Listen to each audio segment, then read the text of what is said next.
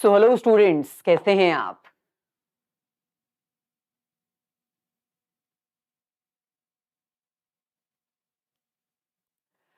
चलिए, जैसे कि आपको पता है कि कॉन्सेप्ट ऑफ कोस्ट जो कि माइक्रो इकोनॉमिक्स का हमारा सेकेंड टर्म का नेक्स्ट सेकेंड चैप्टर है, हम ऑलरेडी स्टार्ट कर चुके हैं। और इसके रिगार्डिंग जो 2 लेक्चर्स हैं हम ऑलरेडी आपको प्रोवाइड कर चुके हैं, जिसमें हमने बिल्कुल डिटेल में डिस्कस किया था कि आखिरकार कोस्ट होती क्या है, कोस्ट की कितनी कैटेगरीज हैं, जैसे factor cost, non factor cost, explicit cost, implicit cost, opportunity cost, selling cost, production cost, advertisement cost, fixed cost, variable cost. ये हम ऑलरेडी कर चुके हैं। देन टोटल कोस्ट और एवरेज कोस्ट, ये हमने लास्ट सेशन में कवर किया था। तो आज का सेशन हम स्टार्ट करेंगे और फर्दर आगे बढ़ेंगे, बात करेंगे एवरेज कोस्ट की और मार्जिनल कोस्ट की। लेकिन स्टार्ट करने से पहले आपसे रिक्वेस्ट है भाई, वीडियो को लाइक और अपने सभी फ्रेंड्स के साथ शेयर जरूर कर दीजिए, ताकि आपके सारे फ्रेंड्स हमारे साथ लाइव जुड़ सके और अपने सारे डाउट्स इंस्टेंटली दूर कर सके। तो क्या आप तैयार हैं आज का कॉन्सेप्ट अंडरस्टैंड करने के लिए? करें start. Hello D T gamer Y T, कैसे हैं आप?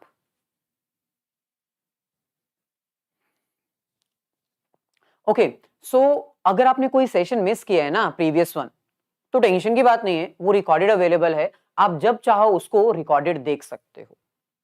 ठीक है, तो आगे बढ़ते हैं, आज का कॉन्सेप्ट स्टार्ट करते हैं और स्टार्ट करेंगे एवरेज कोस्ट के साथ। आपको याद होगा कि लास्ट सेशन में हमने आपको बताया था कि एवरेज कोस्ट होता क्या है और वो कैसे कैलकुलेट की जाती है। आज हम उसकी फर्दर कैटेगरीज की बात करेंगे, that is average fixed cost and average variable cost. तो एक बार जल्दी से देख लीजिए कि एवरेज कोस्ट के बेसिक 2 कंपोनेंट्स होते हैं। इसको हम डिटेल में एक्सप्लेन करेंगे with the help of example. Okay, hello Shakir, आपको कोई डाउट है तो आप पूछ सकते हो ड्यूरिंग दिस सेशन। अगर आपको कोई डाउट रहता है तो आप पूछ सकते हो, कोई प्रॉब्लम नहीं है। और आप हमारा टेलीग्राम ग्रुप भी ज्वाइन कर सकते हैं। ठीक है, और जो भी स्टूडेंट्स फर्स्ट टाइम ज्वाइन कर रहे हैं उनसे रिक्वेस्ट है कि भाई प्रीवियस रिकॉर्डेड जरूर देख लीजिएगा, लिंक डिस्क्रिप्शन में गिवन है।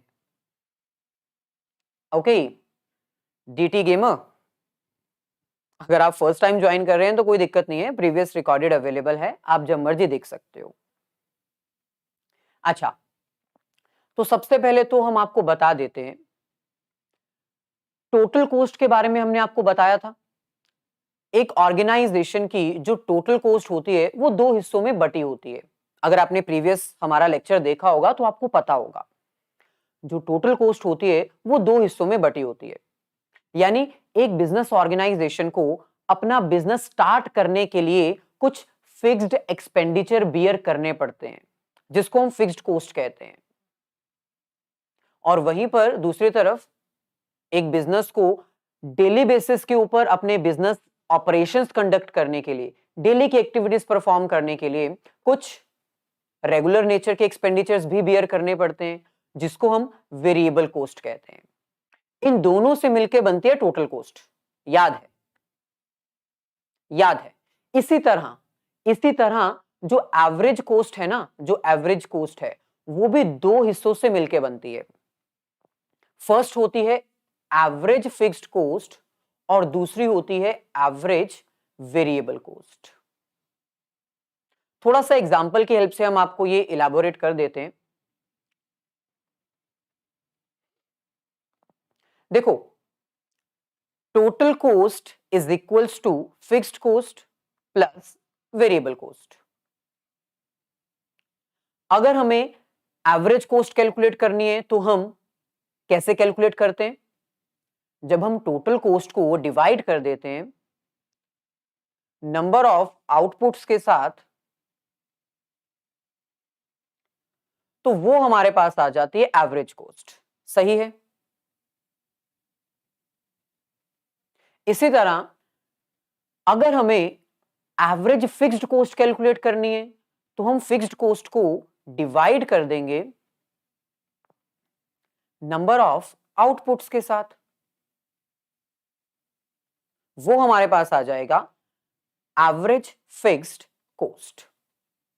सिमिलरली अगर हमें एवरेज वेरिएबल कॉस्ट कैलकुलेट करनी है तो वेरिएबल कॉस्ट को हम डिवाइड कर देंगे नंबर ऑफ आउटपुट के साथ, तो वो हमारे पास आ जाएगा एवरेज वेरिएबल कॉस्ट। यानी एक तरह से हम ये कह सकते हैं कि जो फॉर्मूला हमने टोटल कॉस्ट के लिए सीखा था वही फॉर्मूला एवरेज कॉस्ट के लिए भी है। तो एवरेज कॉस्ट के दो कंपोनेंट्स हैं, जैसे टोटल कॉस्ट के दो कंपोनेंट्स थे। टोटल कॉस्ट में एक कॉस्ट वो होती है जो ऑर्गेनाइजेशन को फिक्स्ड बियर करनी ही पड़ती है, जैसे लैंड को एक्वायर करने के लिए रेंट तो देना ही पड़ेगा, वो तो फिक्स्ड है। और दूसरी कॉस्ट कौन सी होती है? वेरिएबल कॉस्ट, जो कि डेली बेसिस के ऊपर एक बिजनेस को इंकर्ड करनी पड़ती है, रेगुलर नेचर की होती है, जिसको हम वेरिएबल कॉस्ट कहते हैं। सिमिलरली जैसे टोटल कॉस्ट के दो कंपोनेंट्स, ऐसे ही एवरेज कॉस्ट के भी दो कंपोनेंट्स। हम टोटल कॉस्ट को डिवाइड करते हैं नंबर ऑफ आउटपुट्स के साथ, तो एवरेज कॉस्ट आ जाती है। हम फिक्स्ड कॉस्ट को डिवाइड करेंगे नंबर ऑफ आउटपुट्स के साथ, तो एवरेज फिक्स्ड कॉस्ट आ जाएगी। और अगर हम वेरिएबल कॉस्ट को डिवाइड करेंगे नंबर ऑफ आउटपुट्स के साथ, तो एवरेज वेरिएबल कॉस्ट आ जाएगी। यानी कॉन्सेप्ट तो सिंपल है। आइए अब हम इसको एक एक करके डिटेल में स्टडी करते हैं, एक एक करके इन सबको ना डिटेल में स्टडी करते हैं।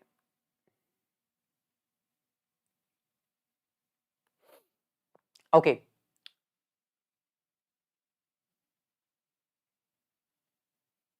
तो सबसे पहले फर्स्ट कंपोनेंट की बात करते हैं, एवरेज फिक्स्ड कॉस्ट। जब हम फिक्स्ड कॉस्ट को डिवाइड कर देंगे नंबर ऑफ आउटपुट के साथ, तो वो हमारे पास एवरेज फिक्स्ड कॉस्ट आ जाएगा। सिंपल। जब हम फिक्स्ड कॉस्ट को डिवाइड कर देंगे नंबर ऑफ आउटपुट्स के साथ, तो वो हमारे पास सिंपल आ जाएगा ना, average fixed cost. So average fixed cost क्या होता है? Average fixed cost is the average of total fixed cost which describes the fixed cost of per unit or output। यानी ऑन एन एवरेज हम जितनी production कर रहे हैं अपने बिजनेस में, ऑन एन एवरेज हम जितनी प्रोडक्शन कर रहे हैं अपने बिजनेस में, उसके अकॉर्डिंग हमारी कॉस्ट क्या है। जैसे फॉर एग्जांपल मान लो कि हमारी टोटल कॉस्ट है 1000 रुपीज, इसमें से जो 100 है वो फिक्स्ड कॉस्ट है और जो 900 है वो वेरिएबल कॉस्ट है। अब हमें यह पता लगाना है कि on an average per piece of production average cost कितनी आ रही है फिक्स्ड। तो सिंपल है, हमने कहा कि 100 रुपीज हमारी फिक्स्ड कॉस्ट है और हम 50 यूनिट्स मैन्युफैक्चर करते हैं, तो कितना आएगा ये? 2 रुपीज पर यूनिट। यानी हर प्रोडक्ट के पीछे 2 रुपए हमारी कौन सी कॉस्ट है? Fixed cost per piece of production. इसका मतलब ये है। अच्छा, अगर हम इसको डायग्रामेटिकली या फिर टेबल की फॉर्म में प्रेजेंट करें तो सिंपल है, आपकी जो फिक्स्ड कॉस्ट है वो तो फिक्स रहती है। आप चाहे प्रोडक्शन बिल्कुल भी ना करो, चाहे आप प्रोडक्शन फुल कैपेसिटी में करो, आपकी जो फिक्स्ड कॉस्ट है वो तो फिक्स्ड रहेगी, लेकिन आपकी आउटपुट बढ़ती जाएगी। जैसे जैसे आपकी आउटपुट बढ़ेगी उसके अकॉर्डिंग पर पीस फिक्स्ड कॉस्ट कम होती जाएगी। आपके सामने पहले आप एक पीस का प्रोडक्शन करते थे, सिर्फ 1 यूनिट बनाते थे और आपकी फिक्स्ड कॉस्ट होती थी 10 रुपीज। तो पर पीस कितनी फिक्स्ड कॉस्ट आपको बियर करनी पड़ती थी? 10 रुपए। सारी की सारी एक प्रोडक्ट के पीछे चली जाती थी। फिर आपने कहा कि भाई हमारी कैपेसिटी तो ज्यादा है, क्यों ना हम ज्यादा प्रोडक्शन करें। फिर आपने 2, 3, 4, 5, 6, 7 मतलब ऐसे करते करते 8 यूनिट्स तक मैन्युफैक्चरिंग की, लेकिन आपकी फिक्स्ड कॉस्ट तो उतनी ही रहेगी। आपकी फिक्स्ड कॉस्ट है 10 रुपए और आपने इस कॉस्ट को यूज करते हुए इस खर्चे को बियर करते हुए 8 यूनिट्स मैन्युफैक्चर किए, तो बताओ पर यूनिट कॉस्ट कितनी बियर करनी पड़ी? सिर्फ ₹1.25। यानी सिंपल है, जैसे जैसे आपकी आउटपुट बढ़ते जाएगी, आपकी एवरेज फिक्स्ड कॉस्ट कम होती जाएगी। ध्यान से सुनो, फिक्स्ड कॉस्ट कम नहीं होगी, फिक्स्ड कॉस्ट कांस्टेंट रहेगी, जितनी थी उतनी ही रहेगी। कम क्या होगा? आपका एवरेज फिक्स्ड कॉस्ट। क्यों कम होगा? सिंपल सा कॉन्सेप्ट है भाई, अगर आपका जो अपर वैल्यू है वो स्टेबल रहेगी, लेकिन जो डिनोमिनेटर है, जो नीचे वैल्यू लिखते हैं, अगर वो बढ़ती जाएगी तो वैल्यू तो कम आएगी ही आएगी ना। That is why. क्लियर है?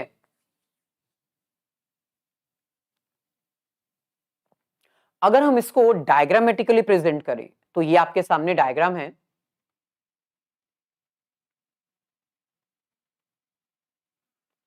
ये आपके पास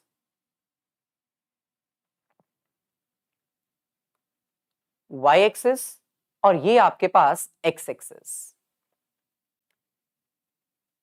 आपने 1 यूनिट मैन्युफैक्चर किया तो आपकी कॉस्ट थी 10 रुपीज।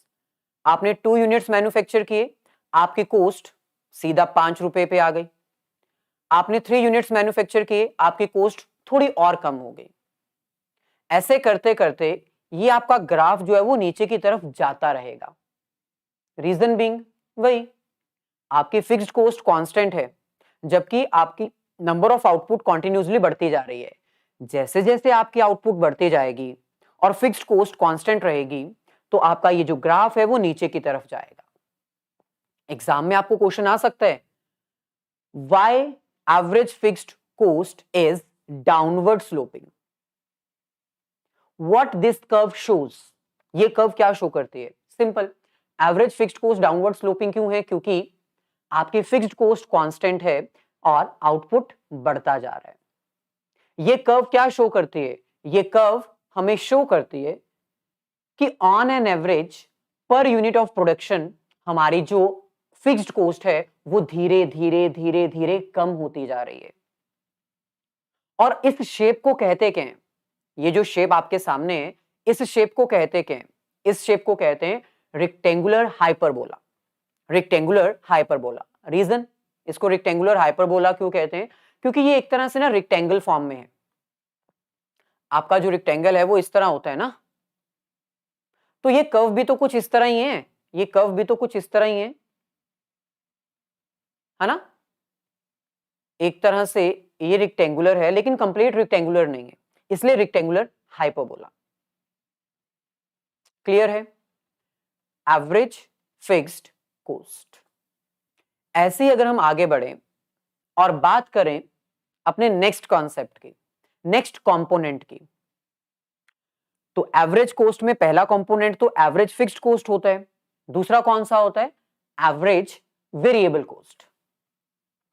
आपको पता है, एक बिजनेस जब डेली के वर्क्स ऑपरेट करता है, डेली की एक्टिविटीज परफॉर्म करता है, तो उसको लेबर चाहिए, उसको रॉ मटेरियल चाहिए, उसको इलेक्ट्रिसिटी कंजम्पशन करनी पड़ती है, जिसके लिए उसको खर्चा करना पड़ता है। इसी को हम वेरिएबल कॉस्ट कहते हैं। अगर मेरे को इसकी एवरेज फाइंड आउट करनी है, मेरे को यह पता लगाना है कि on an average per piece of production हम कितनी कॉस्ट बियर कर रहे हैं, तो कैसे पता लगाएंगे? सेम वही एग्जांपल, सेम वही एग्जांपल। मान लो आपकी टोटल कॉस्ट है 1000 रुपीज, इसमें से आपकी 100 रुपीज है फिक्स्ड कॉस्ट और 900 है आपकी वेरिएबल कॉस्ट, और आप टोटल प्रोडक्शन करते हो 100 यूनिट्स की। आप टोटल प्रोडक्शन करते हो 100 यूनिट्स की, मतलब आप 100 आउटपुट्स प्रोड्यूस करते हो, मैन्युफैक्चर करते हो। तो बताओ पर पीस ऑफ प्रोडक्शन के पीछे आपको कितनी कॉस्ट बियर करनी पड़ती है वेरिएबल कॉस्ट की? तो सिंपल है, आप 100 यूनिट्स बनाते हो, टोटल खर्चा आपका 900 कॉस्ट आती है, तो 900 को 100 से डिवाइड करो, आपको पता चल जाएगा 9 रुपीज आपकी per unit of output cost है। काय के लिए? वेरिएबल कॉस्ट को बियर करने के लिए। तो इसका फॉर्मूला क्या है? Average variable coast is equals two variable cost divided by number of units, number of output, number of production. अच्छा, अब जैसे कि आपको पता है कि फिक्स्ड कोस्ट तो फिक्स्ड रहती है, जिसके कारण आपका एवरेज फिक्स्ड कोस्ट धीरे धीरे स्लोप में डाउन होता जाता है।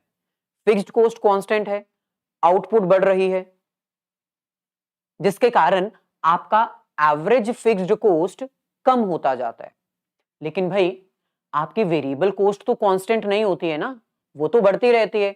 अगर आपको ज्यादा प्रोडक्शन करनी है तो वेरिएबल कोस्ट ज्यादा बेयर करनी पड़ेगी, और अगर आपको कम प्रोडक्शन करनी है तो लेबर कम हो जाएगी, इलेक्ट्रिसिटी कंजम्पशन कम हो जाएगा, रॉ मटेरियल कंजम्पशन कम हो जाएगा, और आपकी कॉस्ट भी कम हो जाएगी। ठीक है, सो वेरिएबल कोस्ट जो है वो प्रोडक्शन के साथ बढ़ेगी, और अगर प्रोडक्शन कम होगी तो कॉस्ट भी कम हो जाएगी। तो ये आपके सामने डायग्राम दे रखा है। बिगिनिंग में जब आप 1 यूनिट प्रोड्यूस करते थे तो आपकी वेरिएबल कॉस्ट होती थी 10 रुपए। 10 डिवाइडेड बाय 1 10 आएगा। जैसे जैसे आप अपनी आउटपुट बढ़ाते गए, जैसे जैसे आप और प्रोडक्शन करते गए, आपका वेरिएबल कॉस्ट भी बढ़ने लगा, आपका वेरिएबल कॉस्ट भी बढ़ने लगा। लास्ट में आपने 8 यूनिट्स बनाई, आपकी कॉस्ट आई 62 रुपीज, और जब आपने डिवाइड किया तो आपको पता चला कि 62 आपकी टोटल वेरिएबल कॉस्ट है, और इस पैसे को खर्च करके, इस पैसे को कंज्यूम करके आपने ऑन एन एवरेज 62 प्रोडक्ट्स बना लिए हैं, 8 प्रोडक्ट्स बना लिए हैं, और आपकी पर यूनिट कितनी कॉस्ट आई है? 7.7। हेलो अर्शद, कैसे हैं आप? यानी यहां पर भी कॉन्सेप्ट क्लियर है। अगर हम इस एवरेज वेरिएबल कॉस्ट को डायग्राम में प्रेजेंट करें तो इसका डायग्राम आप देख सकते हो कि डाउनवर्ड स्लोपिंग नहीं होगा। जैसे फिक्स्ड कोस्ट का था ना, एवरेज फिक्स्ड कोस्ट का डाउनवर्ड था, इसका यू शेप्ड है। आपके सामने ये जो डायग्राम है वो एक तरह से ना यू शेप है। क्यों? क्योंकि भाई सिंपल है, बिगिनिंग में आपकी जो वेरिएबल कॉस्ट है वो बढ़ती है स्लो स्पीड से, और बाद में ये बढ़ती है हाई स्पीड से।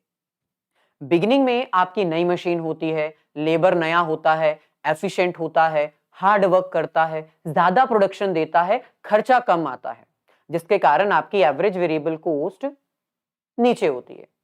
लेकिन जब आपका बिजनेस पुराना हो जाता है, आपकी मशीन पुरानी हो जाती है, टेक्नोलॉजी पुरानी हो जाती है, लेबर इफेक्टिव नहीं रहते, तालमेल नहीं रहता, मशीन खराब होने लगती है, ब्रेक डाउन होने लगती है, रिपेयर करवानी पड़ती है, तो फिर आपकी कॉस्ट बढ़ने लगती है। इसीलिए इसकी कर्व जो है वो यू शेप्ड होगी। बिगिनिंग में तो आपका नीचे जाएगा ग्राफ, लेकिन बाद में ऊपर की तरफ बढ़ने लग जाएगा।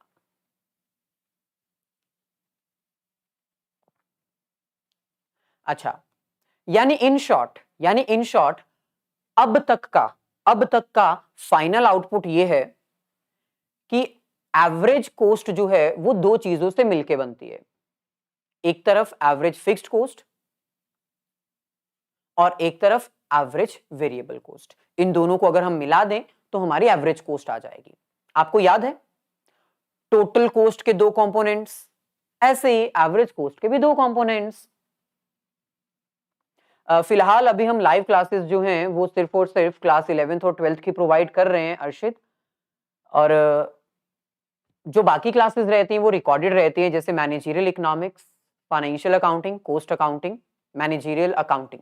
ये कुछ क्लासेस हैं जिसके लिए आप रिकॉर्डेड हमारी वीडियोस चेक कर सकते हो। ओके, चलिए, सो यहां पर आप एवरेज कॉस्ट देख सकते हो।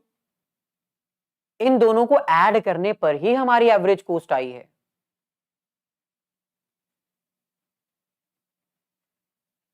So that is average cost. थोड़ा सा आगे बढ़ते हैं, अब एवरेज कॉस्ट को साइड पे रखते हैं, बात करते हैं तीसरे कंपोनेंट की, दैट इज मार्जिनल कॉस्ट। जैसे टोटल प्रोडक्शन था, फिर मार्जिनल प्रोडक्शन था, फिर एवरेज प्रोडक्शन था ना, सेम कॉन्सेप्ट। जैसे टोटल यूटिलिटी था, मार्जिनल यूटिलिटी था, सेम यहां पर भी कॉस्ट के कॉन्सेप्ट में भी आपको ये तीनों चीजें पढ़नी पड़ेंगी। टोटल कॉस्ट हो गया, एवरेज कोस्ट अभी जस्ट कंप्लीट करवाया। अब बात करते हैं मार्जिनल कोस्ट की। बहुत ही आसान है। देखो, मार्जिनल का मतलब होता है चेंज। मार्जिनल का मतलब होता है चेंज। तो इसका मतलब मार्जिनल कोस्ट को अगर एक एक सिंगल लाइन में डिफाइन करना हो तो मार्जिनल कोस्ट का मतलब होगा change in cost. Change in cost due to production of one more unit. Due to production of one more unit, यानी अगर अगर आप एक और यूनिट मैन्युफैक्चर करना चाहते हो तो आपको कुछ एडिशनल कॉस्ट तो बियर करनी पड़ेगी ना भाई। सिंपल सी बात है। मान लो आपका बिजनेस 10 यूनिट्स मैन्युफैक्चर कर रहा था और 10 यूनिट्स मैन्युफैक्चर करने के लिए उसको 100 कॉस्ट बियर करने पड़ते थे। अब आप चाहते हो कि एक और प्रोडक्ट बनाया जाए, 11 आउटपुट बनाई जाए, 11 यूनिट्स आप प्रोड्यूस करना चाहते हो, तो आपको कुछ एक्स्ट्रा कॉस्ट तो बियर करनी पड़ेगी ना। जो एक प्रोडक्ट ऐड करोगे उसके लिए रॉ मटेरियल चाहिए होगा, उसके लिए इलेक्ट्रिसिटी कंजम्पशन भी आपको करनी पड़ेगी, मैन पावर की जरूरत भी होगी, तो कॉस्ट तो बढ़ेगी। मान लो ये हो गई 120। तो जो चेंज आया है ना, जो चेंज आया है एक और यूनिट मैन्युफैक्चर करने के कारण जो टोटल कॉस्ट में चेंज आया है उसको हम कहेंगे मार्जिनल कॉस्ट। तो पहले आप 11 यूनिट्स बनाते थे, अब आप पहले आप 10 बनाते थे, अब आप 11 बनाना चाहते हो, एक ऐड करना चाहते हो, तो जो 20 आपका एक्स्ट्रा कॉस्ट आपको बेयर करना पड़ा, दैट इज मार्जिनल कॉस्ट। बात खत्म। बिल्कुल सही। Change in total cost divided by change in units. आप एक तरह से ये भी लिख सकते हो, लेकिन ये बहुत ही डिफिकल्ट फॉर्मूला आपने सजेस्ट किया है। Simple concept, change in total cost is marginal cost. बात खत्म। सो यहां पर देखो क्या लिखा है, marginal cost means change in total cost due to production of one more और एडिशनल यूनिट ऑफ आउटपुट। अगर आप एक और यूनिट मैन्युफैक्चर करना चाहते हो तो उसके लिए आपको कुछ एक्स्ट्रा कॉस्ट बियर करनी पड़ेगी, और वो एक्स्ट्रा कॉस्ट जो होगी, जो एडिशन होगा, वही आपका मार्जिनल कॉस्ट कहलाएगा।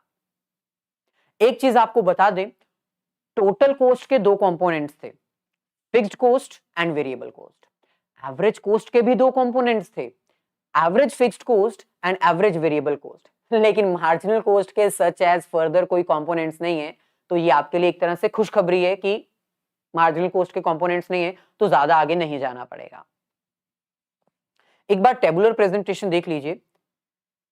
सबसे पहले मैं आपको एक चीज बता देना चाहता हूं, एग्जाम में जब भी आप कोई भी क्वेश्चन सॉल्व करोगे तो आपको ना फिक्स्ड कॉस्ट और वेरिएबल कॉस्ट, इन दोनों के ऊपर फोकस करना है। आपको फिक्स्ड कॉस्ट और वेरिएबल कॉस्ट इन दोनों के ऊपर फोकस करना है। अगर आपको ये याद हो जाते हैं तो total cost, marginal cost, average variable cost, average fixed cost, सब कुछ आपको आ जाएगा।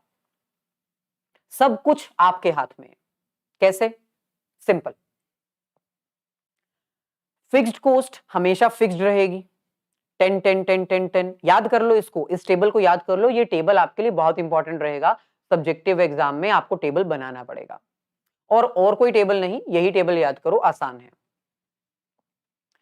आउटपुट आपकी 0 से स्टार्ट होगी, 8 तक जाएगी, याद कर लो। फिक्स्ड कॉस्ट आपकी फिक्स्ड रहेगी 10 से लेकर 10 तक, क्योंकि फिक्स्ड कॉस्ट तो फिक्स्ड रहेगी, कोई चेंज नहीं आएगा। यानी याद करने वाली चीज सिर्फ एक है, याद करने वाली चीज सिर्फ एक है, और वो है वेरिएबल कॉस्ट। तो ये आपको लर्न करनी पड़ेगी। तो इसको रट लो, चाहे याद कर लो, जैसे आपको ठीक लगे। 0 10 18 24 28 32 38 46 62, ये आपको याद करनी है, और ऐसे ही याद करनी है। फिक्स्ड कॉस्ट फिक्स्ड है, वेरिएबल कॉस्ट चेंज हो रही है, जो आपको याद करनी है। ये दो याद करने के बाद ना, मैं गारंटी देता हूं, ये दोनों याद करने के बाद आपको और कुछ कॉस्ट में याद नहीं करना पड़ेगा। क्यों? क्योंकि भाई टोटल कॉस्ट कहां से बनती है? नहीं, बताओ टोटल कॉस्ट कैसे बनती है? जब हम फिक्स्ड कॉस्ट को वेरिएबल कॉस्ट के साथ ऐड करते हैं तो टोटल कॉस्ट बनती है। मैंने कुछ गलत कहा? नहीं। तो आपको फिक्स्ड कॉस्ट पता है कांस्टेंट है 10, वेरिएबल कॉस्ट आपने याद कर ली, सिर्फ एक यही वेरिएबल कॉस्ट है जो आपको याद करनी है, तो आपके पास टोटल कॉस्ट आ जाएगा, झंझट खत्म। स्टूडेंट्स को लगता है सर हमें एग्जाम के लिए टोटल कॉस्ट भी याद करनी है, एवरेज कॉस्ट भी याद करनी है, वेरिएबल कॉस्ट भी याद करनी है, फिक्स्ड कॉस्ट भी याद करनी है, average fixed cost, average variable cost, marginal cost, इतना लंबा डाटा कैसे याद रहेगा एग्जाम तक? तो याद करने वाला सिर्फ एक ही डाटा है, वेरिएबल कॉस्ट। अच्छा, फिक्स्ड कॉस्ट और वेरिएबल कॉस्ट अब आपको आता है, आप टोटल कॉस्ट कैलकुलेट कर सकते हो, number 1। Number 2, marginal cost calculate करना। मार्जिनल कॉस्ट कैसे कैलकुलेट होती है? मार्जिनल कॉस्ट कैलकुलेट करने के लिए आपको टोटल कॉस्ट में होने वाले चेंज को पता लगाना होता है। Marginal cost is equals to change in total cost, यही तो होता है ना। तो टोटल कॉस्ट आपने कैलकुलेट कर ली फिक्स्ड कॉस्ट और वेरिएबल कॉस्ट की हेल्प से। अब मार्जिनल कॉस्ट कैसे आएगी? पहले टोटल कॉस्ट 10 थी, अब 20 हो गई, चेंज कितना आया? 10। तो टोटल कॉस्ट आ गई ना, फिर टोटल कॉस्ट से मार्जिनल कॉस्ट बन जाएगी आपकी, सिंपल। 20 से 28 हो गई, कितना चेंज आया? 8। 28 से 34 हो गई, कितना चेंज आया? 6। ऐसे ही बस आपको चेंज रिकॉर्ड करते जाना है, आपका आंसर आता जाएगा। तो मार्जिनल कॉस्ट कैलकुलेट करना भी आपको आ गया। तीसरी चीज, अब आप कहोगे सर एवरेज कॉस्ट कैसे कैलकुलेट करनी है, उसका डाटा याद करना पड़ेगा? नहीं, टोटल कॉस्ट आपके सामने है। टोटल कॉस्ट को जब आप डिवाइड करते हो नंबर ऑफ आउटपुट के साथ, तो आपकी एवरेज कॉस्ट आ जाती है। 10 divided by 0, 20 divided by 1, 28 divided by 2, 34 divided by 3। तो ये भी हो गया ना, ये भी खत्म। इसके बाद अब आप कहोगे सर एवरेज फिक्स्ड कॉस्ट तो पक्का याद करनी पड़ेगी ना, क्या उसका भी सॉल्यूशन है? सॉल्यूशन आपने कर लिया, आपने फिक्स्ड कॉस्ट पता है ना, याद की थी अभी, मैंने कहा था कि ये दोनों याद कर लो, बाकी सारा टेबल बन जाएगा। तो आपने फिक्स्ड कॉस्ट याद कर ली, फिक्स्ड कॉस्ट को आपने डिवाइड कर देना आउटपुट के साथ, तो आपकी एवरेज फिक्स्ड कॉस्ट भी आ जाएगी। हेलो चंदन, कैसे हैं आप? तो 10 divide by 0, 10 divide by 1, 10 divide by 2, 10 divide by 3, ये तो फिक्स्ड रहेगी 10 10 10 10 10। इसके बाद आपका अगला आता है एवरेज वेरिएबल कॉस्ट कैलकुलेट करना, तो ये भी आपको आता है। इसके लिए आपको कुछ एक्स्ट्रा याद करने की जरूरत नहीं है। आपने वेरिएबल कॉस्ट याद की थी, उसको जब आप डिवाइड कर दोगे आउटपुट के साथ, तो आपका एवरेज वेरिएबल कॉस्ट भी आ जाएगा।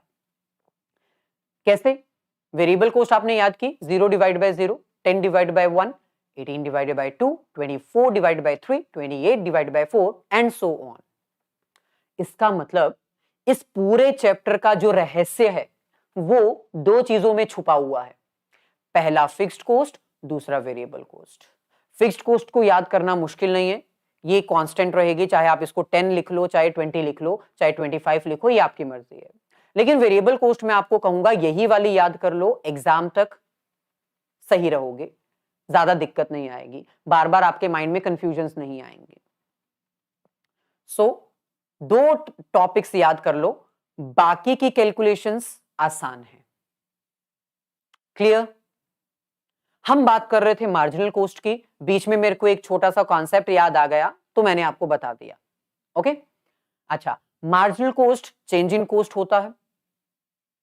अब आप देख सकते हो कि मार्जिनल कॉस्ट बिगिनिंग में क्या हो रही है? कम हो रही है, 10, 8, 6, 4 कम हो रही है ना। क्यों क्यों कम हो रही है? अभी मैंने बताया था रीजन, अभी बताया था ना। बिगिनिंग में नया बिजनेस होता है, नई मशीन होती है, नई टेक्नोलॉजी होती है, नए वर्कर्स होते हैं, वर्कर्स एफिशिएंट होते हैं, हार्ड वर्किंग होते हैं, तो ऑब्वियसली फिर इसके कारण आपकी जो कॉस्ट है वो कम आती है, प्रोडक्शन ज्यादा होती है। लेकिन बाद में जब आपकी मशीन पुरानी होने लगती है, ब्रेक डाउन होने लगती है, वर्कर्स पुराने हो जाते हैं, एफिशिएंट नहीं रहते, हार्ड वर्क ज्यादा नहीं करते, मोटिवेटेड नहीं होते, तो कॉस्ट बढ़ने लगती है, जिसके कारण आपकी ये जो मार्जिनल कॉस्ट है ना, बिगिनिंग में तो कम हो रही थी लेकिन बाद में बढ़ने लगी। सो आपकी एवरेज वेरिएबल कोस्ट की तरह मार्जिनल कोस्ट भी यू शेप होती है। अब एग्जाम में क्वेश्चन आएगा यू शेप क्यों होती है, यही रीजन देना है जो मैंने अभी आपको बताया है। क्लियर? इकोनॉमिक्स ऑफ स्केल, बिल्कुल सही अर्शिद। इकोनॉमिक्स ऑफ स्केल मतलब जैसे जैसे आपकी प्रोडक्शन बढ़ती रहती है तो आपको एक एडवांटेज मिलता रहता है ज्यादा प्रोडक्शन करने का। लेकिन जब आपकी कैपेसिटी फुल हो जाती है, मान लो आपका बिजनेस 1000 यूनिट्स बना सकता था, अब आप थाउजेंड्स बना चुके हो, आप उससे भी आगे बढ़ना चाहते हो, आप 1100 यूनिट्स बनाना चाहते हो, तो मशीन इतना बोझ नहीं ले पाएगी। उसकी कैपेसिटी 1000 यूनिट्स तक थी, आप 11000 की प्रोडक्शन उससे करवाने की कोशिश करोगे तो मशीन जो है वो ब्रेक डाउन होने लग जाएगी, वर्कर्स थक जाएंगे ओवर टाइम करते करते, तो कॉस्ट बढ़ने लग जाएगी। सो एक टाइम होता है जब तक आपकी कॉस्ट कम रहती है लेकिन बाद में बढ़ने लगती है, इसलिए ये यू शेप हो जाती है। ठीक है, यही आपको रीजन एग्जाम में भी देना है। मार्जिनल कॉस्ट की बात कर रहे हैं तो आपको एक चीज हम बता दें कि मार्जिनल कॉस्ट जो है वो चेंज इन टोटल कॉस्ट कहलाता है। लेकिन आपको पता होना चाहिए कि हम वेरिएबल कॉस्ट की हेल्प से भी मार्जिनल कॉस्ट कैलकुलेट कर सकते हैं। कैसे? आपके सामने है, वेरिएबल कॉस्ट ये है, टोटल कॉस्ट ये है, दोनों की हेल्प से हम मार्जिनल कॉस्ट कैलकुलेट करेंगे, आंसर सेम आएगा। सर ऐसे क्यों, आंसर क्यों सेम आएगा? क्योंकि भाई देखो सिंपल सी बात है, टोटल कॉस्ट जो है वो फिक्स्ड कॉस्ट और वेरिएबल कॉस्ट से मिलके बनता है।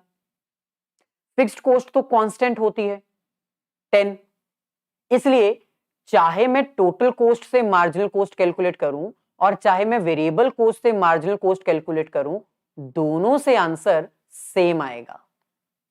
क्योंकि टोटल कॉस्ट और वेरिएबल कॉस्ट के बीच का डिफरेंस क्या है? बताओ, कमेंट में बताओ। टोटल कॉस्ट और वेरिएबल कॉस्ट के बीच का डिफरेंस क्या है? Constant, same. क्योंकि दोनों के बीच का डिफरेंस सेम है, इसलिए आप मार्जिनल कॉस्ट टोटल कॉस्ट की हेल्प से भी कैलकुलेट कर सकते हो, एवरेज कॉस्ट की हेल्प से भी कैलकुलेट कर सकते हो। प्रूफ आपके सामने है। वेरिएबल कॉस्ट 0 से 10 हुई, चेंज कितना आया? 10। अगर मैं टोटल कॉस्ट की हेल्प से कैलकुलेट करूं, टोटल कॉस्ट 10 से 20 हुई, चेंज कितना आया? 10। यानी मार्जिनल कॉस्ट हम दोनों से कर सकते हैं कैलकुलेट। एक और ट्राई करते हैं। वेरिएबल कॉस्ट 10 से 18 हो गई, चेंज कितना आया? 8। टोटल कॉस्ट 20 से 28 हो गई, चेंज कितना आया? 8। दोनों की हेल्प से मार्जिनल कॉस्ट कैलकुलेट की जा सकती है। इसके पीछे रीजन क्या है? रीजन इतना है कि फिक्स्ड कॉस्ट कांस्टेंट होती है, टोटल कॉस्ट और वेरिएबल कॉस्ट के बीच का डिफरेंस कांस्टेंट है। एग्जांपल से समझाऊं, ये देखो, total cost minus variable cost is equals to fixed cost. Math के रूल आते हैं ना आपको, वेरिएबल कॉस्ट इक्वल्स टू के इस तरफ जाएगा तो माइनस हो जाएगा, तो मैंने वही किया। सो इसका मतलब टोटल कॉस्ट और वेरिएबल कॉस्ट के बीच का डिफरेंस क्या है? फिक्स्ड कॉस्ट, और फिक्स्ड कॉस्ट तो कांस्टेंट है, फिक्स्ड कॉस्ट तो कांस्टेंट है। दैट इज व्हाई आप मार्जिनल कॉस्ट वेरिएबल कॉस्ट से भी कैलकुलेट कर सकते हो, टोटल कॉस्ट से भी कैलकुलेट कर सकते हो। हेलो निकिता, कैसे हैं आप? हम एकदम बढ़िया हैं, एकदम फर्स्ट क्लास, एज यूजुअल, हमेशा की तरह। अच्छा, यहां तक कॉन्सेप्ट क्लियर? कोई डाउट तो नहीं है? आगे बढ़े। ये आज का सबसे सबसे सबसे इंपॉर्टेंट टॉपिक है, रिलेशन। आपको याद होगा रिलेशन आपने टीपीएमपी का भी किया था, एपीएमपी का भी किया था। सिमिलरली अब आपको एवरेज कॉस्ट, टोटल कॉस्ट और मार्जिनल कॉस्ट का रिलेशन करना है। Very very very important topic. और जो ट्रिक मैंने आपको टीपीएमपी और एपी के रिलेशन को अंडरस्टैंड करने के लिए एक्सप्लेन की थी, वही ट्रिक मैं आपको यहां पर भी बताऊंगा। जब भी आपको कोई रिलेशन वाला क्वेश्चन करना है ना, तो आपको एक चीज के ऊपर फोकस रखना है, और वो चीज क्या है? टेबल। आपको टेबल आना चाहिए, और टेबल कैसे लर्न करना है मैंने आपको बता दिया। टेबल कैसे लर्न करना है वो मैंने आपको बता दिया। आपको क्या याद करना है? फिक्स्ड कॉस्ट और वेरिएबल कॉस्ट। अगर आपको ये आता है तो आप एवरेज कॉस्ट कैलकुलेट कर सकते हो, मार्जिनल कॉस्ट भी कैलकुलेट कर सकते हो और दोनों का रिलेशन भी बता सकते हो। तो मैं आपको वही रिलेशन करवाने वाला हूं, ध्यान से समझना, ये जो पॉइंट है ना वो बहुत इंपॉर्टेंट है। चलिए, ओके, सो ध्यान दीजिए। सबसे पहले टोटल कॉस्ट कहां से बनती है? टोटल कॉस्ट कहां से बनती है? फिक्स्ड कॉस्ट और वेरिएबल कॉस्ट की हेल्प से। इन दोनों को जब हम ऐड करते हैं तो हमारी टोटल कॉस्ट बनती है। तो टोटल कॉस्ट कैसे कैलकुलेट की है हमने, वो तो आपको पता चल गया ना। मैंने अभी आपको बताया ना कि आपको वेरिएबल कॉस्ट और फिक्स्ड कॉस्ट का ही डाटा याद करना है। अगर आपको ये डाटा याद हो गया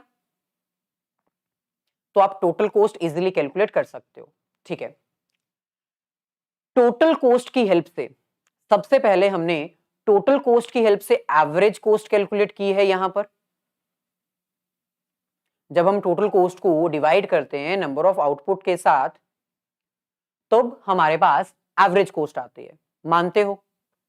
ठीक है, मेरे मानने से कुछ नहीं होगा, आपको मानना पड़ेगा कि मैं जो बोल रहा हूं वो सही है। ठीक है, जहां पर गलत हो जाऊंगा बता देना, कमेंट्स आपके विजिबल हैं। दूसरा चीज हमने कैलकुलेट किया मार्जिनल कॉस्ट। मार्जिनल कॉस्ट कैसे कैलकुलेट करते हैं?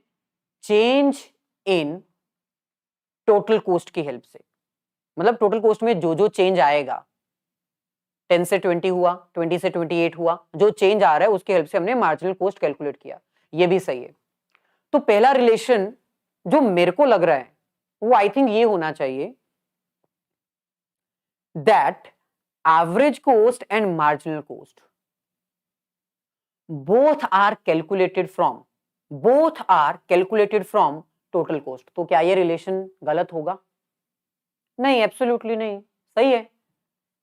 भाई मैं कोई बहुत बड़ी साइंटिफिक बात नहीं कर रहा, आपके सामने मैंने बताया कि एवरेज कॉस्ट टीसी से कैलकुलेट होता है, मार्जिनल कॉस्ट भी टीसी से ही कैलकुलेट होता है, तो पहला रिलेशन तो यही बनेगा।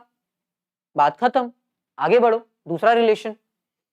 साथ साथ हम आपको ना रिलेशन यहां पर दिखाते जाते हैं। Average cost and marginal cost both derived from total cost. पहला रिलेशन मैंने यही बताया और ये इसकी एक्सप्लेनेशन है। Marginal cost is the change in total cost due to addition of production of one more unit. जो मार्जिनल कॉस्ट होती है वो चेंज इन टोटल कॉस्ट कहलाती है, और जो एवरेज कॉस्ट होती है उसमें हम टोटल कॉस्ट को डिवाइड करते हैं आउटपुट के साथ, तो हमारे पास एवरेज कॉस्ट आती है। यानी पहला relation clear, both are calculated, both are derived from total cost. Second relation, अब ध्यान से नंबर्स की तरफ देखना। नंबर्स का खेल है यहां पर, और कुछ नहीं है, सिर्फ नंबर्स का खेल है। बहुत सारे स्टूडेंट्स ये कहेंगे सर एग्जाम से पहले ना हमें रिलेशंस भूल जाते हैं, तो मैं उन स्टूडेंट्स को ये कहूंगा, अगर आप रिलेशंस रट के जाओगे तो कभी याद नहीं रहेंगे, क्योंकि आपके इस टर्म में रिलेशंस ही बहुत सारे हैं, एग्जाम तक याद नहीं रहेंगे। आपको रिलेशन याद करना है ना, रिलेशन को पढ़ो ही मत। जो आपकी बुक्स में 4-5 लाइनें दे रखी है ना रिलेशंस की, उनको पढ़ो ही मत, सिर्फ डायग्राम और टेबल याद करो। अच्छा, अब मैं टेबल की तरफ आपका ध्यान लेकर आता हूं, ध्यान से देखो। Average cost 20, 14, 11.3। देखने से लग रहा है एवरेज कॉस्ट इज डिक्रीजिंग। ठीक है, एक तरफ रख लो, एक तरफ इस बात को रख लो। दूसरी तरफ देखो, मार्जिनल कॉस्ट 10, 8, 6, मार्जिनल कॉस्ट भी डिक्रीज हो रही है। Marginal cost is also decreasing. मेरे माइंड में रिलेशन अपने आप बन रहा है, आपके माइंड में भी रिलेशन अपने आप बनना चाहिए। Average cost is decreasing and marginal cost is also decreasing, but the value of average cost is more than marginal cost। सही बोला कि नहीं बोला?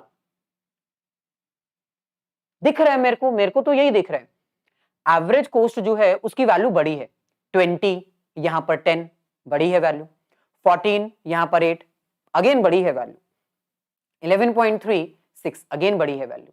तो दूसरा रिलेशन तो यही है ना, दूसरा रिलेशन तो यही बनेगा फिर। एक बार डायग्राम भी देख लेते हैं, एक बार डायग्राम भी देख लेते हैं। देखो डायग्राम आपके सामने है, विजिबल है ना सबको ये डायग्राम? थोड़ा सा ऊपर कर देते हैं। अच्छा, डायग्राम भी आपके सामने है। ये जो डार्क ब्लू कलर है ना, ये एवरेज कॉस्ट है, और ये जो लाइट ब्लू कलर है ये मार्जिनल कॉस्ट है। टेबल से डायग्राम बनेगा, टेबल से डायग्राम बनेगा, टेबल से ही आपका रिलेशन बनेगा। यानी मुद्दा क्या है, रूट क्या है? डायग्राम और टेबल, ये दोनों अगर आपको आते हैं तो रिलेशन अपने आप बनेगा। सो एक बार यहां पर भी देख लेते हैं। डायग्राम देखने से पता चल रहा है कि एवरेज कॉस्ट डिक्रीज हो रही है, और डायग्राम देखने से पता चल रहा है मार्जिनल कॉस्ट भी डिक्रीज हो रही है, लेकिन ऊपर कौन है? बड़ी वैल्यू किसकी है? एवरेज कॉस्ट की ना। तो दूसरा रिलेशन तो आपका यही बन रहा है, बन रहा है कि नहीं बन रहा है? दूसरा रिलेशन आपका यही बन रहा है। ओके, तो एक बार दूसरा रिलेशन देख लेते हैं जल्दी से। ओके, ये रहा second relation. Average cost and marginal cost both are falling. मैंने टेबल में भी दिखाया, डायग्राम में भी दिखाया, अब मैं आपको रिलेशन भी दिखा रहा हूं, दोनों डिक्रीज हो रहे हैं। Initially both average cost and marginal cost are decreasing, but marginal cost is less than average cost, या फिर हम इसको ऐसे भी लिख सकते हैं, average cost is more than marginal cost. Second relation बन गया, ठीक है। आगे बढ़ते हैं, बात करते हैं तीसरे रिलेशन की। थोड़ा ध्यान से देखो। अच्छा, अगर हम फोर की बात करें, 6 तक हमने देख लिया था ना, 6 तक हमने देख लिया था। अब हम बात करते हैं 4 और 4 की। मार्जिनल कॉस्ट कांस्टेंट हो गया, मार्जिनल कॉस्ट कांस्टेंट हो गया, ठीक है। मैं लिख लेता हूं यहां पर, मैं यहां पर लिख लेता हूं साथ में, मार्जिनल कॉस्ट इज कांस्टेंट। अच्छा, मार्जिनल कॉस्ट यहां पर कांस्टेंट है, इसके ऑपोजिट साइड एवरेज कॉस्ट तो कांस्टेंट नहीं है, इसका क्या बिहेवियर है? Average cost still decreasing, average cost is still decreasing. तो थर्ड रिलेशन यही बनना चाहिए। एक बार डायग्राम में भी देख लें, आ जाओ डायग्राम देखते हैं। डायग्राम में भी हमें कुछ ऐसा ही देखने को मिल रहा है। हाँ, ये रहा, ये दो पॉइंट्स हैं जहां पर मार्जिनल कॉस्ट कांस्टेंट है। इन दोनों पॉइंट्स के ऑपोजिट देखो, इन दोनों पॉइंट्स के ऑपोजिट देखो, आपकी एवरेज कॉस्ट अभी भी डिक्रीज हो रही है। तो फिर तीसरा रिलेशन तो यही बनना चाहिए। आ जाओ तीसरे रिलेशन पे जाते हैं। When average cost is constant, when average cost is constant, marginal cost is constant, average cost is still decreasing. ये मैंने नहीं बनाया रिलेशन, मैंने तो सिर्फ टेबल लर्न किया था। टेबल जैसे मैंने लर्न किया था उसके अकॉर्डिंग मैंने टेबल को एनालिसिस किया, डायग्राम बनाया, और फिर मैंने रिलेशन बना दिया। मैंने अपनी तरफ से तो कुछ भी नहीं कहा। समझ रहे हो ना? कोई डाउट? एग्जाम में कभी भी रिलेशन रट के मत जाना, नहीं याद होंगे। टेबल याद करके जाना, टेबल की हेल्प से डाटा याद करके जाना, डायग्राम बनाना, रिलेशन अपने आप बनने लग जाएगा। ओके, चलिए आगे बढ़ते हैं, थोड़ा सा और आगे बढ़ते हैं। अब यहां पर फिर से थोड़ा ध्यान दो। आपकी जो मार्जिनल कॉस्ट है वो 4 से 6 हो गई, देख रहे हो? बढ़ रही है, बढ़ रही है। ओके, तो लिखें, थोड़ा सा साइड पे लिख लेते हैं ताकि याद रहे। मार्जिनल कॉस्ट स्टार्ट इंक्रीजिंग, ठीक है, स्टार्ट इंक्रीजिंग। इसके ऑपोजिट साइड देखो, 8.4 से 8 और फिर 8। अच्छा, मतलब एवरेज कॉस्ट जो है वो अभी भी डिक्रीज हो रही है और साथ में कांस्टेंट भी है। तो ये आपका चौथा रिलेशन बन जाएगा ना, चौथा रिलेशन बन जाएगा। Average cost, marginal cost start increasing but average cost is decreasing and constant. यही रिलेशन बनेगा ना? आओ एक बार डायग्राम में भी थोड़ा सा नजर मार लेते हैं, डायग्राम को भी थोड़ा देख लेते हैं। इस पॉइंट से बाद की बात करते हैं, यहां तक हमने देख लिया था ना टेबल डायग्राम, इसके बाद की बात करते हैं। Marginal cost start increasing but average cost is still decreasing and constant. यहां पर देखो कांस्टेंट है, इन दोनों पॉइंट्स पर कांस्टेंट है, तो फिर अगला जो चौथा रिलेशन है वो तो यही बनना चाहिए। ये रहा आपके सामने। After constant marginal cost, marginal cost जब कांस्टेंट होके खत्म हो गई उसके बाद it starts increasing but average cost is still decreasing. ये अभी भी डिक्रीज हो रही है और साथ में कांस्टेंट भी है। क्लियर? आगे बढ़ते हैं। अगर हम डायग्राम को, टेबल को थोड़ा आगे बढ़ाएं तो 8 के बाद, 8 तक हमने देख लिया था, 8 के बाद जो हमारी एवरेज कॉस्ट है वो बढ़ने लगी और मार्जिनल कॉस्ट तो पहले से बढ़ रही थी, लेकिन एक पॉइंट यहां पर हमें जो दिख रहा है वो है इक्वालिटी का। यानी पांचवा रिलेशन आपका क्या बनेगा? पांचवा रिलेशन ये बनेगा, when average cost is constant, जब आपकी एवरेज कॉस्ट कांस्टेंट थी उस पॉइंट पर एवरेज कॉस्ट और मार्जिनल कॉस्ट इक्वल थी। ठीक है, नहीं थी? आप सामने देखो, जब आपका एवरेज कॉस्ट कांस्टेंट था 8 एंड 8, उसी टाइम पर मार्जिनल कॉस्ट भी 8 था, इक्वल थी। यानी अब ये एक दूसरे को इंटरसेक्ट करेंगे, अब ये एक दूसरे को इंटरसेक्ट करेंगे। ठीक है, फिफ्थ रिलेशन डायग्राम में भी एक बार देख लो। ये रहा डायग्राम में हमारे पास इसका सॉल्यूशन। ये रही आपकी एवरेज कॉस्ट, जो डार्क ब्लू कलर की लाइन है ये एवरेज कॉस्ट है।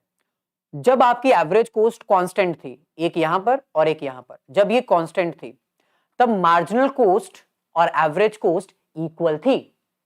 एवरेज कॉस्ट और मार्जिनल कॉस्ट इक्वल थी यहां पर, तो बस बन गया आपका नेक्स्ट रिलेशन, पांचवा relation. When average cost is constant, at that point average cost is equals to marginal cost.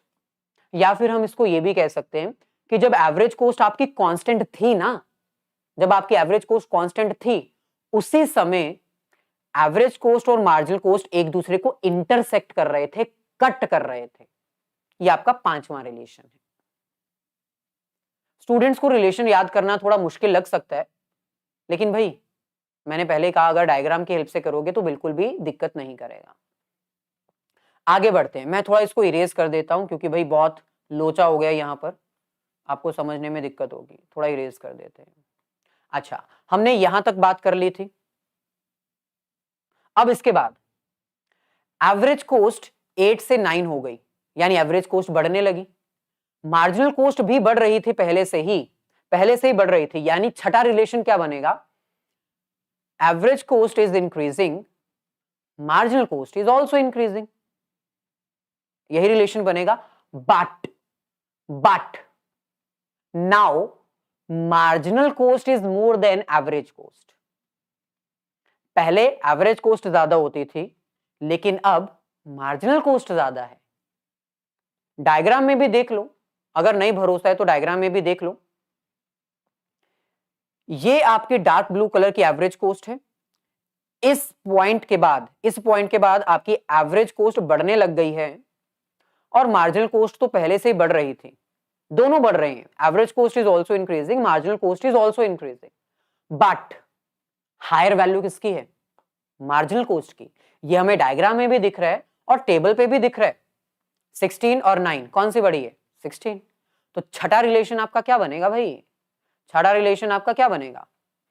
After intersection both average cost and marginal cost start increasing, but now marginal cost is more than average cost. बात खत्म, relation खत्म, diagram खत्म, table खत्म। Conclusion क्या है? Table का data आएगा तो डायग्राम बनेगा और फिर रिलेशन अपने आप बनेगा।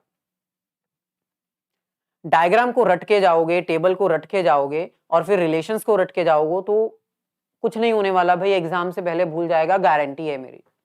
यहां तक कोई doubt?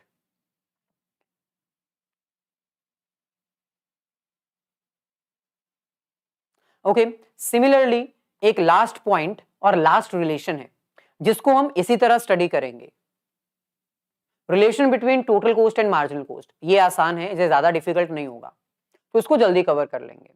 Relation between total cost and marginal cost, same again वही बात। आपको आपको डाटा याद होना चाहिए। अगर आपको टोटल कॉस्ट और मार्जिनल कॉस्ट का रिलेशन स्टडी करना है तो आपको डाटा याद होना चाहिए। तो बार बार तो नहीं बोलूंगा, अब आपको पता है। तो टोटल कॉस्ट जो है वो फिक्स्ड कॉस्ट और वेरिएबल कॉस्ट से मिलके बनती है। आपको अब टोटल कॉस्ट और मार्जिनल कॉस्ट के बीच में जो रिलेशन बनाना है उसके लिए आपको इनका डाटा आना चाहिए। ओके, एकदम ध्यान से, बिल्कुल स्टार्टिंग से डाटा को एनालिसिस करते हुए चलो, फिर हमारा रिलेशन भी बनता जाएगा। सबसे पहले टोटल कॉस्ट जो है वो 10 है, लेकिन मार्जिनल कॉस्ट हमारी ब्लैंक है। ओके, टोटल कॉस्ट हमारी 10, 20, 28 बढ़ रही है, मार्जिनल कॉस्ट हमारी 10, 8, 6, 4 कम हो रही है। इसी डायग्राम को, इसी टेबल को हम डायग्राम में प्रेजेंट करेंगे। ये आपके पास डायग्राम है। अब इसमें रिलेशन कैसे बनेगा? आपके सामने पूरा रिलेशन हमने लिखा हुआ है। सबसे बड़ा रिलेशन तो आपको हम पहले ही बता चुके हैं कि जो मार्जिनल कॉस्ट होती है वो टोटल कॉस्ट से डिराइव होती है। तो पहला रिलेशन तो आप यही लिखोगे, marginal cost is derived from total cost, या फिर आप ये लिख सकते हो that marginal cost is calculated from total cost. बात करते हैं सेकेंड रिलेशन की। ध्यान से देखना, अब ये रिलेशन हम कैसे पढ़ा रहे हैं। मार्जिनल कॉस्ट डिक्रीजिंग है, ठीक है, मार्जिनल कॉस्ट इज डिक्रीजिंग, लेकिन total cost increasing, total cost is increasing. अच्छा, अब अगर मैं इस रिलेशन को थोड़ा डीप में स्टडी करूं तो मेरा रिलेशन पता क्या बन रहा है? मैंने आपको ये टेबल की हेल्प से रिलेशन बनाना सिखाया है। इस टेबल की हेल्प से मेरा रिलेशन ये बन रहा है, when marginal cost is decreasing, मैंने अपनी तरफ से नहीं बोला, मैंने देख के बोला, when marginal cost is decreasing at that time total cost is increasing, but total cost is increasing at decreasing rate. भाई टोटल कॉस्ट बढ़ तो रही है, टोटल कॉस्ट बढ़ तो रही है, लेकिन स्लो स्पीड से। सर आपको कैसे पता स्लो स्पीड से बढ़ रही है? प्रूफ दो। देखो सिंपल है, पहले 10 से 20 हुई, 10 नंबर से बढ़ी, फिर 20 से 28 हो गई। बढ़ तो रही है, लेकिन पहले 10 की स्पीड थी, अब स्पीड थोड़ी कम हो गई, 8 से बढ़ रही है। 28 से 34 हुई, टोटल कॉस्ट बढ़ी, लेकिन स्पीड और कम हो गई। पहले 8 नंबर से बढ़ रही थी, अब सिर्फ 6 नंबर से बढ़ी। तो पहला रिलेशन तो यही बनेगा। Second relation, when marginal cost is decreasing total cost is increasing at decreasing rate. मैंने अपनी तरफ से कुछ कहा क्या? नहीं, मैंने डायग्राम को देखा, टेबल को देखा और आपको बताया। आप डायग्राम में भी देख सकते हो, when total cost is increasing marginal cost is decreasing. Marginal cost आपके सामने डिक्रीज हो रही है, टोटल कॉस्ट इंक्रीज हो रही है, लेकिन टोटल कॉस्ट की बढ़ने की स्पीड देखो स्लो है ना, बिल्कुल धीरे धीरे बढ़ रही है। सो एट डिक्रीजिंग रेट। आगे बढ़ते हैं, थोड़ा सा आगे बढ़ते हैं। एक समय ऐसे था जब आपकी मार्जिनल कॉस्ट जो है वो कांस्टेंट हो गई, 4 and 4, आपको दिख रहा होगा 4 and 4। इस टाइम पर 4 and 4, इस टाइम पर आपकी जो टोटल कॉस्ट है वो बढ़ रही है। 34 से 38 हुई, 38 से 42 हुई, लेकिन इसका रेट क्या है? इंक्रीजिंग रेट क्या है? कांस्टेंट। तो आपका एक तीसरा रिलेशन ये भी बन सकता है that marginal cost, when marginal cost is constant, when marginal cost is constant, at that time total cost is increasing at constant rate. Constant rate बढ़ रही है लेकिन कांस्टेंट रेट से। तो आप एक बार देख लो, डायग्राम में भी देख लो, ये वो पॉइंट था जहां पर आपकी मार्जिनल कॉस्ट कांस्टेंट थी। क्या थी? कांस्टेंट थी।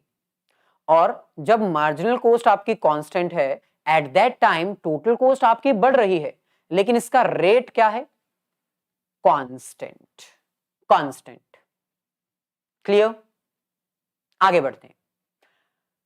बाद में अब आप यहां पर देखो, 4 के बाद आपकी मार्जिनल कॉस्ट 4 से 6 हो गई, 6 से 8 हो गई, 8 से 16 हो गई। यानी अब नेक्स्ट रिलेशन क्या बनेगा आपका?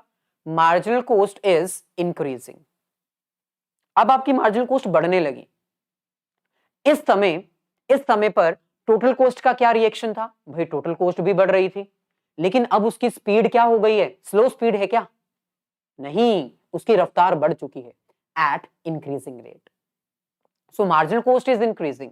When marginal cost is increasing, total cost is also increasing but at increasing rate. आप डायग्राम में भी देख सकते हो, मैं अपनी तरफ से बनाकर नहीं बोल रहा हूं। ये पॉइंट के बाद आपकी total cost, average cost, marginal cost बढ़ने लगी ना, सो ऑन, टोटल कोस्ट भी बढ़ने लगी और इसकी स्पीड भी ऊंचाइयां छूने लगी, तेज स्पीड से बढ़ने लगी। तो ये रहा आपका पूरा relation. Third, when marginal cost is constant and at lower point total cost stop increasing at decreasing rate. Sir stop increasing at decreasing rate का मतलब क्या है? क्योंकि भाई इस पॉइंट पर आपकी टोटल कॉस्ट बढ़ तो रही थी लेकिन कांस्टेंट रेट पे। तो आप ये लिख दो, अगर आपको तीसरी लाइन समझ नहीं आ रही है तो आप ये भी लिख सकते हो, when marginal cost is constant, at that point total cost is increasing but at constant rate. ये आप ये भी लिख सकते हो। और चौथा पॉइंट जो मैंने लास्ट बताया वो सेम है।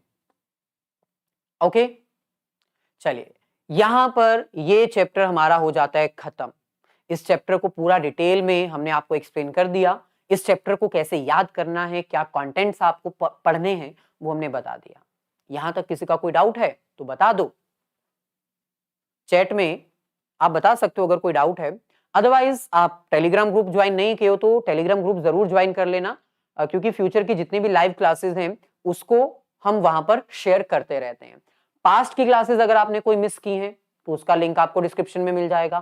फ्यूचर की क्लासेस अगर आप मिस नहीं करना चाहते तो उसके लिए भी आपको डिस्क्रिप्शन में फ्यूचर की सारी क्लासेस का लिंक मिल जाएगा। ये जितने नोट्स हैं वो आपको हमारे टेलीग्राम ग्रुप पे मिलेंगे। टेलीग्राम ग्रुप कैसे ज्वाइन करना है? बस आपको टेलीग्राम ऐप डाउनलोड करना है और इस वीडियो की डिस्क्रिप्शन में जो लिंक दिया है उसके थ्रू हमारा ग्रुप ज्वाइन कर लेना है। ठीक है, चलिए अकाउंट्स की भी हमारी लाइव क्लासेस रहती हैं डार्क, उसका लिंक भी आपको डिस्क्रिप्शन में मिल जाएगा। आई थिंक आपने काफी वीडियोस मिस कर दी हैं, कोई बात नहीं, फ्यूचर की क्लासेस अगर आप मिस नहीं करना चाहते तो सेट अ रिमाइंडर कर लीजिए फ्यूचर की क्लासेस के लिए। चलिए आई थिंक किसी को कोई डाउट नहीं है। मिलेंगे फिर नेक्स्ट सेशन में। All the very best, have a nice day and great day.